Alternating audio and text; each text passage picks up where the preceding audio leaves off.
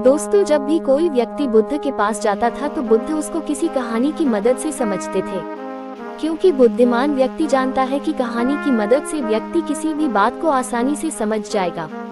दोस्तों, आज जो कहानी मैं सुनने जा रहा हूँ उसको मात्र से आपके जीवन में सुख, संपत्ति और धन की वर्ष होगी। तो चलिए कथा को प्रारंभ करते हैं। दोस्तों, आज हम आप सभी को एक बहुत ही दुर्लभ एवं महत्वपूर्ण कथा सुनाते हैं। इस कथा को आप लोग बड़े प्रेम और श्रद्धा से प्रसन्नचित मन के साथ सुनिए। एक दिन की दिन बौद्ध भिक्षु से एक बालक ने पूछा है, गुरुवार मनुष्य की सबसे बड़ी कमजोरी क्या है? तब बौद्ध भिक्षु उस बालक से कहते हैं, बेटा मैं तुमको गौतम बुद्ध एक कहानी सुनाता हूँ, तुमको सब समझ आ जाएगा। बेटा, मैं जो कहानी सुनाने जा रहा हूँ जिसे सुनकर मनुष्य की सबसे बड़ी कमजोरी के बारे में पता लग जाएगा, जो मानव कल्याण के लिए भी जरूरी है। लेकिन इसके लिए आपको इस कहानी को आखिर तक सुनना पड़ेगा, इसलिए एकदम शांत मन से सुने, क्योंकि ज्ञान शांत मन से ही सुना जा सकता है।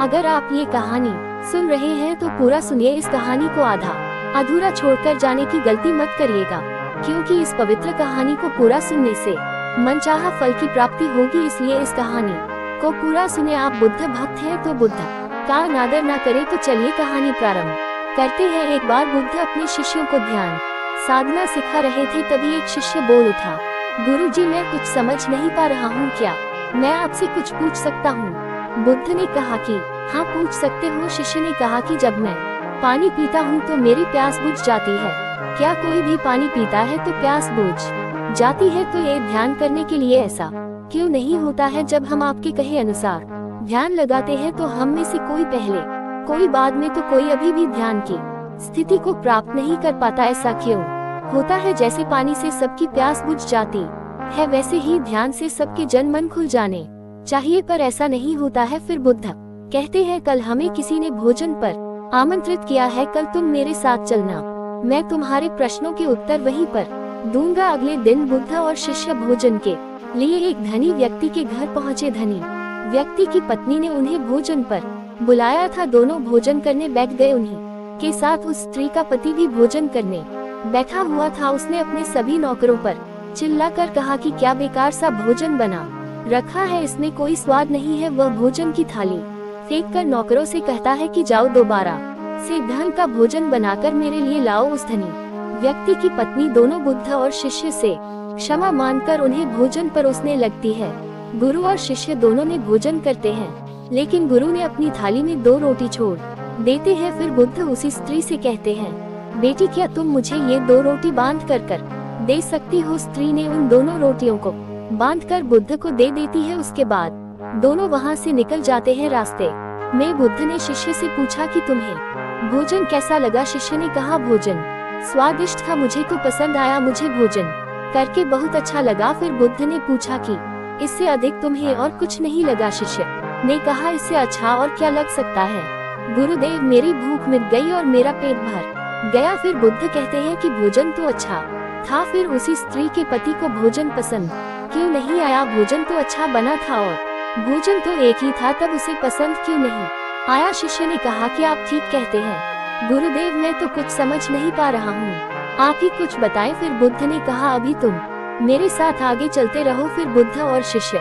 चलते चलते बहुत दूर निकल आए। शिष्य ने बुद्ध से कहा, गुरुदेव, हम अपने आश्रम के मार्ग पर तो नहीं है, फिर हम कहाँ जा रहे हैं? फिर बुद्ध कहते हैं, बस चलते रहो। बहुत दूर चलने के बाद एक फटेहाल व्यक्ति बुद्ध के सामने आ गया और उनके चरणों में गिर गया और बोला, हे महात्मा, मेरी मदद करो, मैं 3 दिन से भूखा हूँ, मैंने कुछ नहीं खाया है, आप कृपा करके मुझे कुछ खाने को दे दूं। बुद्ध ने उस आदमी को एक पेड़ के नीचे बैठाया और उन 2 रोटियों को निकालकर उसे दे दिया जो उस महिला ने उसे दी थी। रोटियों को देखते ही उस गरीब व्यक्ति की आंखों में चमक आ गई।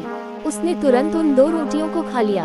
खाते समय उस आदमी की आंखों से आंसू निकल आए। वह रो रहा था और खाता जा रहा था और हाथ से इशारे कर रहा था, जैसे वो किसी अदृश्य शक्ति को कह रहा हो कि तेरा धन्यवाद। इस रोटी के लिए खाने के बाद उसने बुद्ध को प्रणाम किया और धन्यवाद कहा। बुद्ध ने उस व्यक्ति से पूछा कि भोजन का स्वाद कैसा था? उसने कहा, स्वाद तो कहीं था ही नहीं। फिर कहता है, केवल जीवन था, ये रोटियां नहीं थी, ये तो साक्षात जीवन था। ये कहकर वह व्यक्ति वहाँ से चला जाता है। फिर बुद्ध ने शिष्य से कहा देखो भोजन वही था, लेकिन एक व्यक्ति को उसमें स्वाद ही नहीं आ रहा था, तो तुम्हें इसमें स्वाद आया और तुम्हें ये भोजन पसंद आया। लेकिन इस व्यक्ति को इस भोजन में स्वाद नहीं आता, बल्कि इसमें ईश्वर, परमेश्वर और जीवन को देखता है। इससे पता चलता है कि व्यक्ति और भोजन की तृप्ति में भी अंतर है। पहला व्यक्ति को इसमें कोई तृप्ति नहीं हो रही थी और तुम्हें थोड़ी तृप्ति हो रही थी, और इस व्यक्ति को अनंत तृप्ति हो रही थी। ऐसा ही ध्यान के संबंध में होता है, जिसको जितनी ज्यादा प्यास होती है वह उतनी ही जल्दी मार्ग बना लेता। उस शिष्य की जिज्ञासा का समाधान हो गया था, उसके प्रश्नों का उत्तर उसे मिल गया था, लेकिन इसके एक प्रश्नों का उत्तर नहीं मिल पा रहा था। प्रश्न था कि मन क्यों नहीं लगता। बुद्ध ने बताया जो लग जाए वह मन नहीं है, मन का स्वभाव ही है भागना। जब हमारे पास कोई चीज अत्यधिक होती है तब मन उससे भागने लगता है। जैसे उस धनी व्यक्ति का मन जो उस भोजन से भाग रहा था, जो उसके लिए एक आम बात थी। लेकिन जब कोई चीज हमारे पास सीमित मात्रा में होती है और हमें मिल भी जाती है, तब हमारा मन उससे जुड़ा रहता है और हम उस चीज की थोड़ी बहुत अहमियत रखते हैं। जैसे तुम्हारा मन जो उस भोजन से थोड़ा बहुत जुड़ा हुआ था, तो तुम उस भोजन के स्वाद को भी जाना। लेकिन जब हमें कोई चीज चाहिए होती है और वह हमारे पास नहीं होती, तो पहले हमारा मन उस चीज के लिए बहुत लालायित रहता है, वह हर हाल में उसे पाना चाहता है। लेकिन जब कोई चीज प्राणों से जुड़ी होती है, जैसे कि वह 2 रोटी, और जब बात प्राणों पर आ जाए तब मन गायब हो जाता है। तब आप स्वाद नहीं देखते, भोजन का प्रकार नहीं देखते, तब आपको सिर्फ भोजन चाहिए होता है। तब आप एकाग्र हो जाते हैं भोजन के लिए, जो मिले उसी में आपको आनंद मिल जाता है, स्वाद हो या ना हो। आपके प्राण अंतर तक उसे स्वीकार कर लेते हैं, और ये तब होता है जब मन नहीं होता। हम हमारे मन को लगाने की बहुत कोशिश करते हैं, कुछ पढ़ाई में लगाने की कोशिश करते हैं, तो कुछ अपने काम में लगाने की कोशिश करते हैं। लेकिन आपने देखा होगा कि मन कहीं नहीं लगता, और ये लग भी नहीं सकता, क्योंकि इसका काम किसी चीज में लगना है ही नहीं, बल्कि इसका काम है आपको भागना इधर से उधर। एक चीज आपको मिली तो दूसरी चीज पर ले जाना, दूसरी चीज मिली तो तीसरी पर ले जाना। मन तो संतुष्टि होना जानता ही नहीं है, ये केवल पाना जानता है, पाने के बाद भूल जाना जानता है। जो मिल गया है उसे छोड़ देने की आदत होती है, जो छूट गया है उसे फिर से पा लेने की आदत मन की होती है। फिर बुद्ध उस शिष्य से कहते हैं, अपनी जिंदगी के पिछले हिस्से को देखो और जानो कि क्या आपका मन कहीं लगा है, कहीं रुका है, या ये केवल आपको अभी तक भगाए ले जा रहा है और तुम भाग रहे हो। अगर सवाल आता है कि अगर मन का काम भागना और भगाना है, तो क्या जिंदगी भर हम भागते ही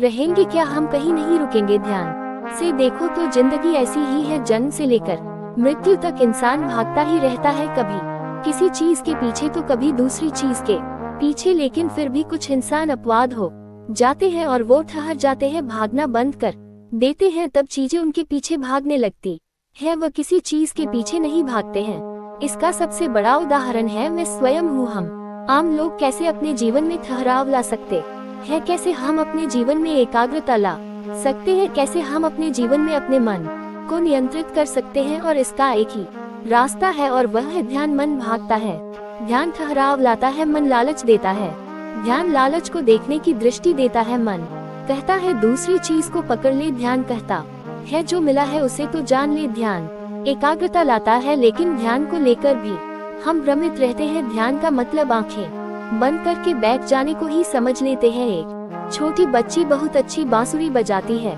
और जब बांसुरी बजाती है तब उसके सुर में खो जाती है, तब उसका मन गायब हो जाता है, उसके आत्मा उस बांसुरी की धुन में ही रम जाते हैं, और वही उसका ध्यान बन जाता है। लेकिन ऐसा इसीलिए होता है क्योंकि इस लड़की को उस बांसुरी में रस आता है, आनंद आता है, यही उसका स्वभाव है। वो वही करती है जो वह कर सकती है, जिसमें उसको आनंद आता है। एक अध्यापक है जो अपने छात्रों को पढ़ाता है, तो उसमें खो जाता है, वह अपनी आत्मा से पढ़ाने का आनंद लेता है, उसमें उसकी रुचि होती है, यही उसका स्वभाव है। जब वह पढ़ा रहा होता है तब उसके मन में कोई हलचल नहीं होती, वो ना तो तब भूतकाल की सोचता है ना भविष्य काल की, वह केवल वर्तमान के क्षण में रहता है, और यही उसका ध्यान होता है। अगर वही पूरी तरह से होने लगे तो ध्यान स्वतः घटित होने लग जाएगा, वह एकाग्र होने लग जाएगा। लेकिन जब व्यक्ति कुछ होने की कोशिश करता है तो उसका मन हावी होने लगता है, एकाग्रता टूट जाती है, और तब हम भागते रहते हैं, सब कुछ पा लेते हैं, तब भी सोचते हैं कि कुछ रह गया है और यह अधूरापन कभी पूरा नहीं होता, क्योंकि जो आप हो सकते थे, जो आपकी नियति थी, वो आप नहीं हुए, बाकी सब कुछ हो गए। ऐसे ही आप हमेशा अधूरे रह जाते हैं। तब मन कहीं नहीं लगता। मन की नियति लगने की है ही नहीं तो लग कैसे सकती है? जो लगता है वह एकाग्रता है, वह ध्यान है। और जहाँ आपको एकाग्रता मिल जाए, समझ लेना वही आपके लिए बना है, जिस पर चलकर आप संपूर्ण हो सकते हैं। तब उस शिष्य को मन की बात समझ आ जाती है। फिर बुद्ध और शिष्य अपने आश्रम की ओर चल देते हैं। इतना कहकर बौद्ध भिक्षु इस कहानी को समाप्त करते हैं और अंत में कहते हैं, मनुष्य की सबसे बड़ी कमजोरी उसका खुद का मन होता है। बालक मन का खेल है। सब समझ गए तो आसान, नहीं तो कठिन। दोस्तों, इस वीडियो को बोलते समय यदि कोई शब्द गलत बोला हूँ तो क्षमा चाहती हूँ। दोस्तों, उम्मीद है आप सभी को यह वीडियो अच्छी लगी होगी। अगर आप बुद्ध के सच्चे भक्त हैं तो चैनल को सब्सक्राइब और वीडियो को लाइक करके कमेंट में नमो भगवते लिख दे।